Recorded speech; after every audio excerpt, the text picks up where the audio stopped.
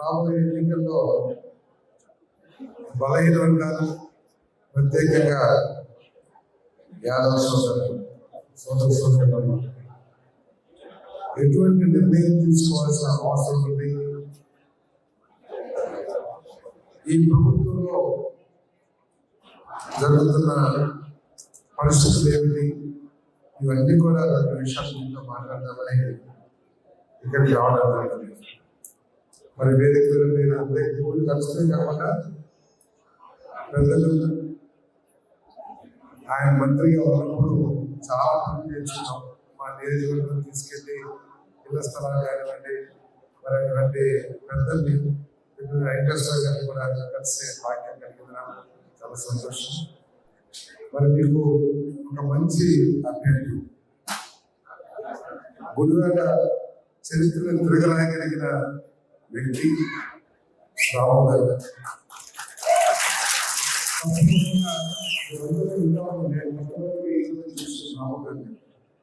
కానీ ఆయన గురించి దాదాపు సంవత్సరం నుంచి చెప్తున్నాను. సో మరి ఈరోజు రాము గారిని కూడా ఈరోజు కలుస్తూ జరిగింది.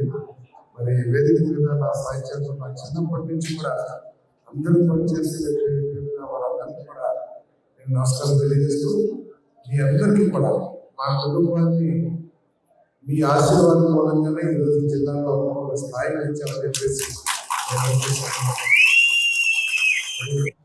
రాము గారు తెలుగుదేశం, బీజేపీ, జనసేన ఉమ్మడి అభ్యర్థిగా గుడివాడ అసెంబ్లీకి, అదేవిధంగా మిత్రుడు, నాకు అత్యంత సన్నిహితుడు, చాలా స్నేహశీలి, అభివృద్ధి ఒక పద్ధతి ప్రకారం నియోజకవర్గంలో అన్ని వర్గాలకు ఏ విధంగా పనిచేయాలి, ఏ విధంగా మేలు చేయాలి, ఎవరి ద్వారా మేలు చేయాలి. అందరూ ఎమ్మెల్యేలు ఎంపీలు అయిపోతారు, కానీ పని చేయడం సాధ్యంగా చేత కాదు. ఏదో అసెంబ్లీకి వెళ్తాం, ఏదైనా ఫైనల్ చేసుకుంటాం, లేదా ఎవరైనా ఫోన్ చేయమంటాం అని చెప్తే కొంతమంది వ్యక్తులు ఏ విధంగా నియోజకవర్గానికి సహాయం చేయాలి, అభివృద్ధి చేయాలి, ఏ వర్గానికి ఏ విధంగా న్యాయం చేయాలి, దాని మీద ఒక దూరదృష్టి ఉన్న వ్యక్తులు ఆ వ్యక్తి బాలస్వామి గారిని చెప్పేసి మనం చేస్తాం. మరి వాళ్ళు జనసేన అభ్యర్థిగా టీడీపీ, జనసేన, బీజేపీ కూటమి జనసేన అభ్యర్థి పోటీ చేస్తూ ఉన్నారు. వాళ్ళు రాష్ట్ర వీరిద్దరినీ గెలిపించాల్సిన ఆవశ్యకత ఎంతైనా ఉందని చెప్పేసి మనం చేస్తా ఉన్నాం. ఎందుకంటే నేను ఇందాక తెలుగుదేశం పార్టీ ఆఫీస్కి వెళ్ళినప్పుడు జగన్మోహన్ రెడ్డి గారి గురించి మంచి స్పీడ్లో ఉంది. నా మూలంగా నేను జరిగిందంటే నాకు ఓటేయండి అని చెప్పేసి చెప్తున్నారు. అంత ఆత్మస్థైర్యం ఉండడం కూడా అది అభినందనీయమైన దాంట్లో తప్పలేదు.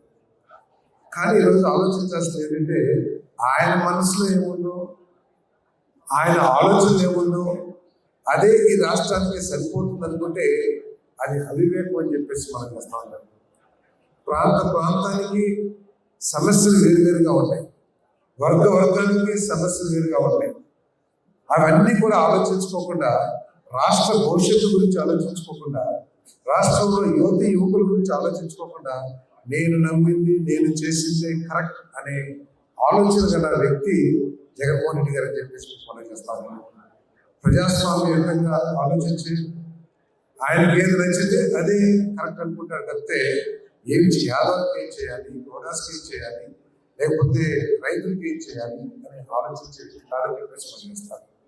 ఒకసారి మీరు ఆలోచించేయండి, ఈ రాష్ట్రం బాగుపడింది, చాలా అభివృద్ధి చెందిందని చెప్పి చెప్తారు. అభివృద్ధి చెందితే అన్ని విధాలు కూడా బాగుండాలి కదా.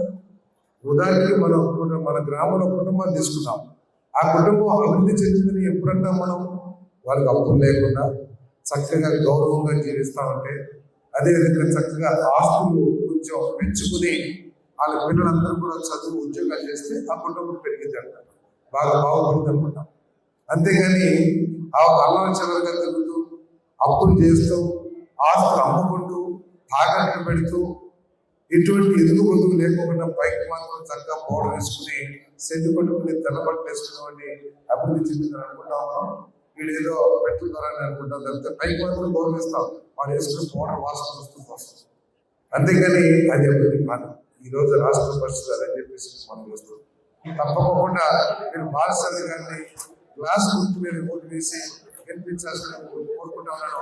ఏదో కొంతమంది అంటారు ఒక ఓటు అని చెప్పేసి అటువంటి పనిచేసారు. 2 ఓట్లు, 1 ఓటు సైకిల్, 1 ఓటు క్లాస్, దీంట్లో ఒక 2 మార్పులు అని చెప్పేసి మనం చేస్తూ దయచేసి ఇంత ప్రేమతో నన్ను ఆదరించి నా జన్మదిన వేడుకలు కూడా ఇంత ఘనంగా నిర్వహించినందుకు మిత్రులందరికీ, రాము గారికి, వెంకటేశ్వర గారికి, వెంకటేశ్వర గారికి, చెత్తయ్య గారికి అందరికీ కూడా, మీ అందరికీ కూడా ధన్యవాదాలు తెలియజేస్తూ మన తెలుగుదేశం పార్టీని మరి గెలిపించమని సెలవు తీసుకున్నాను.